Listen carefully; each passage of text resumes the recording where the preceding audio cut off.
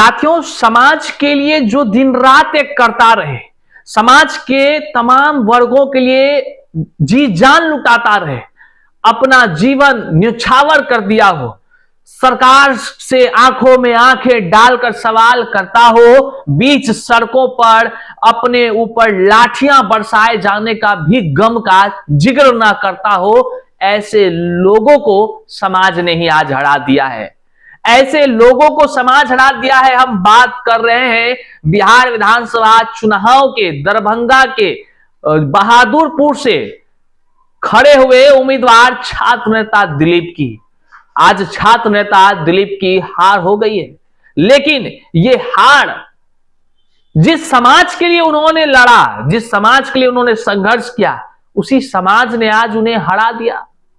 आज के इस वीडियो में हम बात करेंगे कि छात्र नेता दिलीप हार के बाद वो क्या कुछ कह रहे हैं, और फिर हम बात करेंगे जिस समाज को बनाने के लिए शिक्षाविदों ने अपना जीवन का एक एक कल लगा दिया, समाज के ऐसे वर्गों तक उन्हें पहुंचा दिया, उन बुलंदियों तक पहुंचा दिया। शिक्षाविदों के बीच से उभरते हुए पटना के कुम्हड़हार क्षेत्र के उम्मीदवार प्रोफेसर केसी सिन्हा साहब को भी उसी समाज ने हरा दिया, जिसने समाज को एक नई पहचान दिला दी। कई पुस्तकों के लेखक, गणित के दिग्गज, पटना यूनिवर्सिटी के रहे वीसी कह लीजिए, प्रोफेसर साहब तो मतलब जिनकी पुस्तकों को पढ़कर हर घर का कोई ऐसा नहीं होगा जो उनके पुस्तकों को ना पढ़ा होगा, जिनके बदौलत आज खूब कमाई भी कर रहे हैं। वही कहे हम कि जो लोग समाज को बनाने के लिए अपना दिन रात एक कर दिए, वैसे समाज ने आज उनको चुनावी खेल से ही आउट कर दिया। अपने क्षेत्र के दिग्गज, समाज में एकदम शिक्षाविद, उनकी हार समाज की हार के बराबर है। आज के वीडियो में हम बताएंगे कि केसी सिन्हा साहब हारने के बाद उन्होंने क्या कुछ कहा, वो संदेश क्या दिए। आइए करते हैं शुरू। उससे पहले नमस्कार स्वीकार कीजिए, मैं हूं हरे कृष्ण प्रकाश और आप देख रहे हैं साहित्य आजकल। साहित्य आजकल का मतलब ही है वह सच्चाई जो जाननी आपके लिए है बेहद आवश्यक। साथियों, चैनल पर नए हैं तो सब्सक्राइब कीजिएगा और अपने तमाम साथियों तक एक बार जरूर शेयर कीजिएगा, क्योंकि विषय काफी चिंतनीय है। चिंता का विषय यह है कि जो जीत गए उसको बधाई हो, ढेरों शुभकामनाएं, किंतु जो हार गए वो हारने वाले उम्मीदवार कैसे थे। हारे तो बहुत लोग हैं, लेकिन हारने वाले उम्मीदवार कैसे थे, वो हार गए या उसका समाज हार गया, यह चीज चिंतन करने का है। कौन उठाएगा आपके लिए आवाज? कौन पटना की सड़कों पर आप जब दर दर की ठोकर खा रहे होंगे तो आपके लिए आवाज कौन उठाएगा? कौन पुलिस से टकराएगा? कौन सरकार से टकराते हुए जेल तक वो जाएगा, अपना जीवन समर्पित कर जाएगा? किसके लिए? आपके लिए।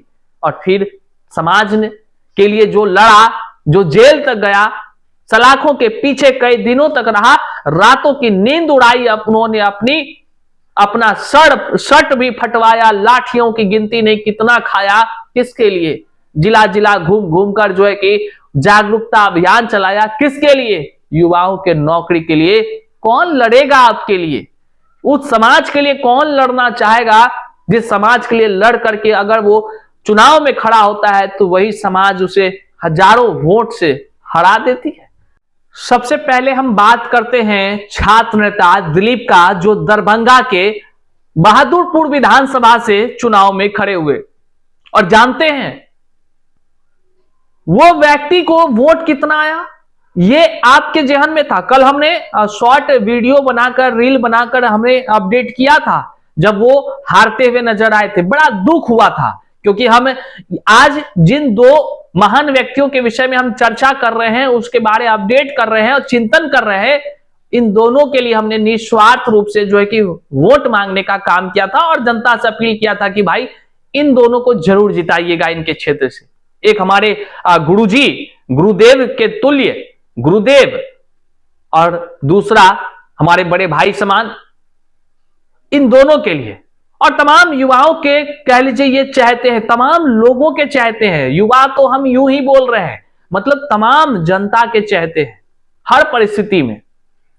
अब छात्र नेता दिलीप जब चुनाव में खड़े हुए हैं, उनको वोट कितना आया पहले आप ये जान लीजिए, और कितने वोट से ये हारे हैं, फिर उन्होंने क्या कहा ये भी आपको बताएंगे। छात्र नेता दिलीप को मात्र 1778 वोट की प्राप्ति हुई। वो दरभंगा के बहादुरपुर विधानसभा से निर्दलीय प्रत्याशी के रूप में लड़ रहे थे। किसके बदौलत? अपने उन्हीं तमाम जनता के बदौलत, तमाम समाज के बदौलत, जिनके बच्चों के सपनों के लिए पटना की सड़कों पर ये लाठियां खाते रहे। आप यहां तस्वीर भी देख रहे हैं। चाहे कोई भी हो, जब अभ्यर्थियों को, चाहे जिस भी परीक्षा की तैयारी कर रहे प्रतियोगी परीक्षा का अभ्यर्थी रहा हो, उनको दिक्कतें आई, पटना के सड़कों पर उतरना हुआ, तो दिलीप भैया कहां हैं, दिलीप भैया कहां हैं, दिलीप भैया फलना कर दीजिए, आवाज उठाइए, हमारे लिए बोलिए। संघर्ष करते करते यह व्यक्ति अपना जीवन कह लीजिए कि लगा दिया, अपना जिंदगी दांव पर लगा दिया। 10 साल का संघर्ष कोई आसान नहीं होता है, किसी के लिए कोई यूं ही आवाज नहीं उठाता है। आवाज उठाते उठाते उसके लिए कई परिणाम भी भुगतने को मिलते हैं, और उसका बाकायदा तस्वीर भी देख रहे हैं। जेल चले गए, कई बार जेल में भी इनको रहना पड़ा, कई बार तो कह लीजिए कि बड़े बड़े इस पर मुकदमे दायर हुए हैं, संघर्ष कर रहे हैं।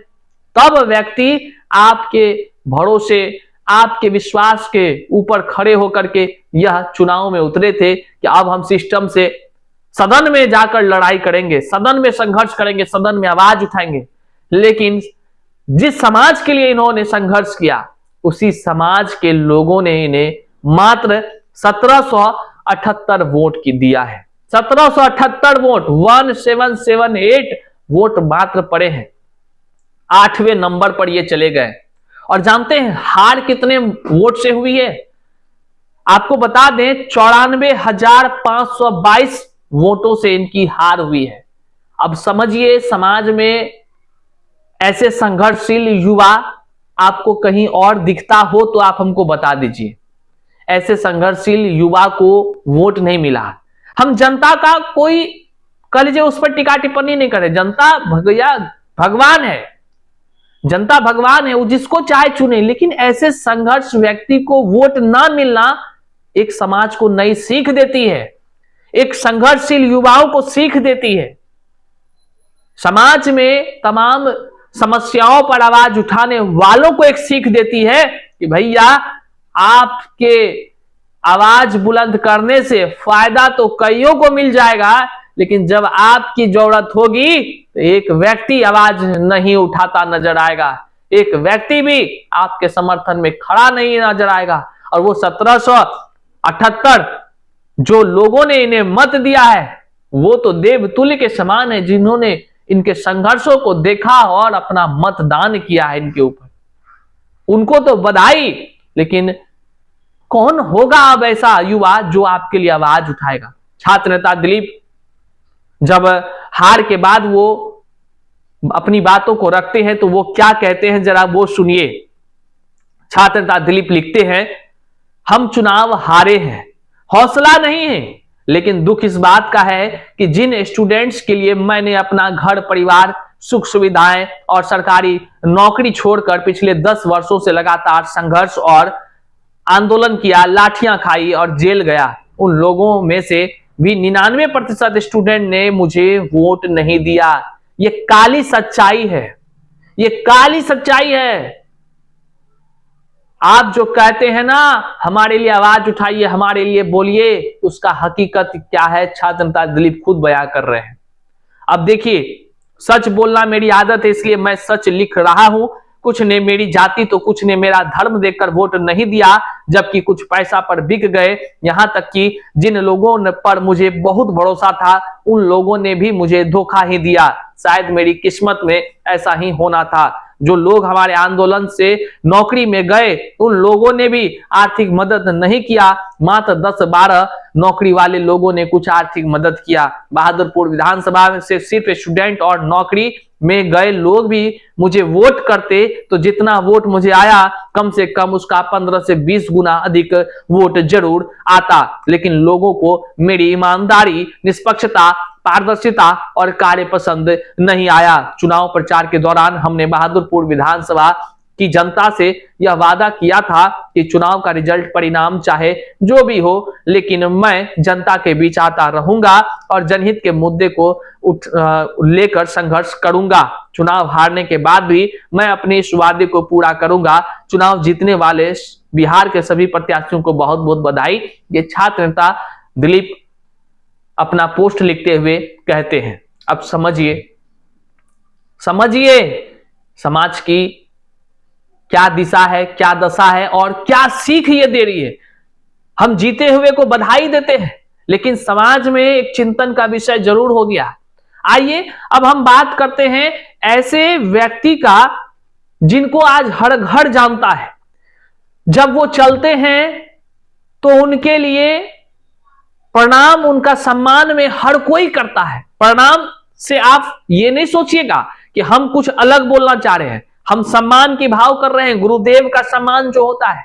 और वाकई एक शिक्षक, निजी शिक्षक होने के कारण मैं भी इस चीज को महसूस करता हूं।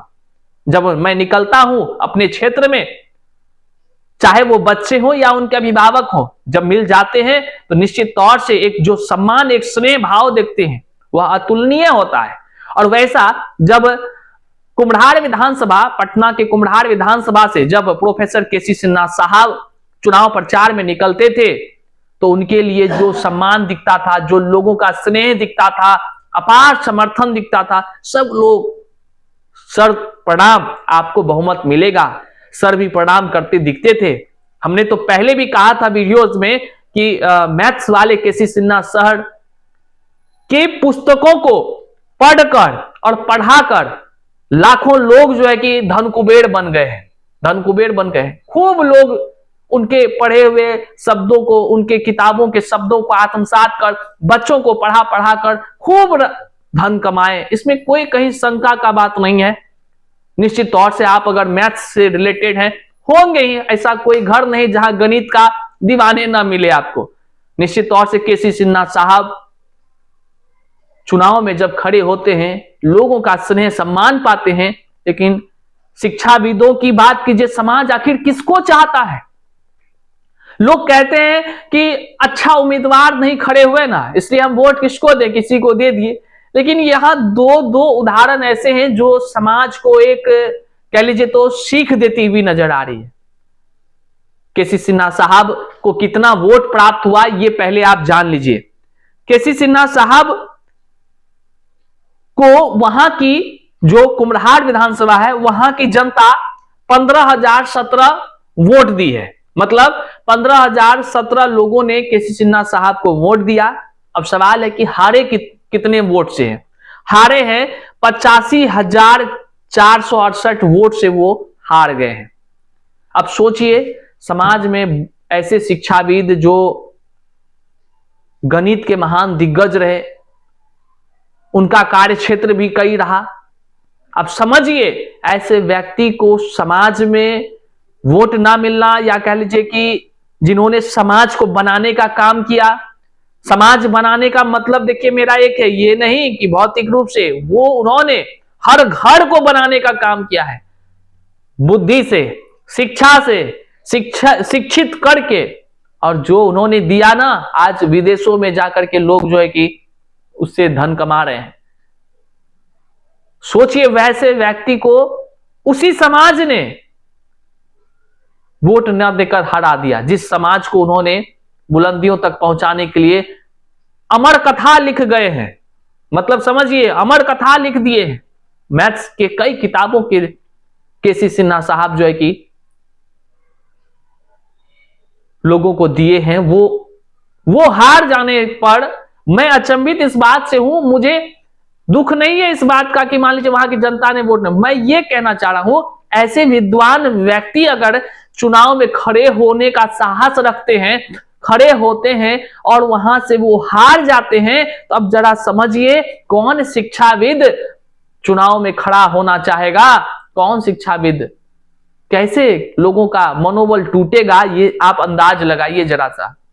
जीते हुए प्रत्याशी को बहुत बहुत बधाई। आप में हमें कोई संदेह, कोई शक नहीं, आप निश्चित तौर से अच्छा काम करेंगे। लेकिन आप वहां पर जरा अगर आप चिंतन करेंगे ना, तो केसी सिन्हा साहब का हार जाना मतलब समाज में शिक्षाविदों की हार है। अब समझिए अब क्या ही कहा जाए, आप ही कमेंट में अब बताइएगा। जब केसी सिन्हा साहब हार के बाद अपना विचार रखते हैं तो वो क्या कहते हैं, जरा सुनिए। प्रिय साथियों, आपके अटूट विश्वास और समर्थन के लिए मैं हृदय से धन्यवाद करता हूं। इस चुनाव यात्रा में आपके साथ ने मुझे और भी मजबूत बनाया और लड़ने की ताकत दी। चुनावी जीत हार अपनी जगह है, लेकिन अब वक्त है उससे ऊपर उठकर समाज, क्षेत्र और प्रदेश के लिए अपना श्रेष्ठ देने का, चाहे वो राजनीतिक रूप से हो या अपने कार्य क्षेत्र के माध्यम से हो। मैं कुम्हरार विधानसभा के सभी मतदाताओं को भी बधाई देता हूं, जिन्होंने लोकतंत्र के महापर्व में अपनी सहभागिता दिखाई और नई सरकार चुनने में अपनी भूमिका निभाई। साथ ही साथ भारतीय जनता पार्टी के विजयी उम्मीदवार संजय कुमार जी को भी हार्दिक बधाई। लोकतंत्र की यह जीत हम सबों के लिए एक नया अवसर है कि हम मिलकर अगले 5 साल कुम्हरार को बेहतर बनाने में लगा सकें। आप सभी का धन्यवाद। आपका स्नेही प्रोफेसर केसी सिन्हा। अब आप समझिए उन्होंने हार के बाद किस तरह से अपनी बातों को रखा है। निश्चित तौर से जीते हुए सभी प्रत्याशियों को पुनः बहुत बहुत बधाई, लेकिन जो हार गए हैं उनके लिए ढेरों शुभकामनाएं। लेकिन समाज से एक सवाल पूछना चाहते हैं, इन दोनों के हार से समाज को क्या सीख मिलती है? आप जरा कमेंट में जरूर बताइएगा, निश्चित तौर से बताइएगा, ताकि लोग आत्मसात कर सके आने वाले दिनों में आखिर समाज क्या चाहती है। चैनल पर नए हैं तो सब्सक्राइब कीजिएगा, इस वीडियो को अपने साथियों तक जरूर भेजिएगा, इन दो व्यक्तियों के लिए भेजिएगा। इन दोनों की बातों को लोगों तक पहुंचाने का कर्तव्य आपका है। अगर यह भी नहीं कर पाए तो फिर आप क्या ही कहे जाएं, महान है आप। मिलते हैं अगले वीडियो में, तब तक के लिए जय हिंद।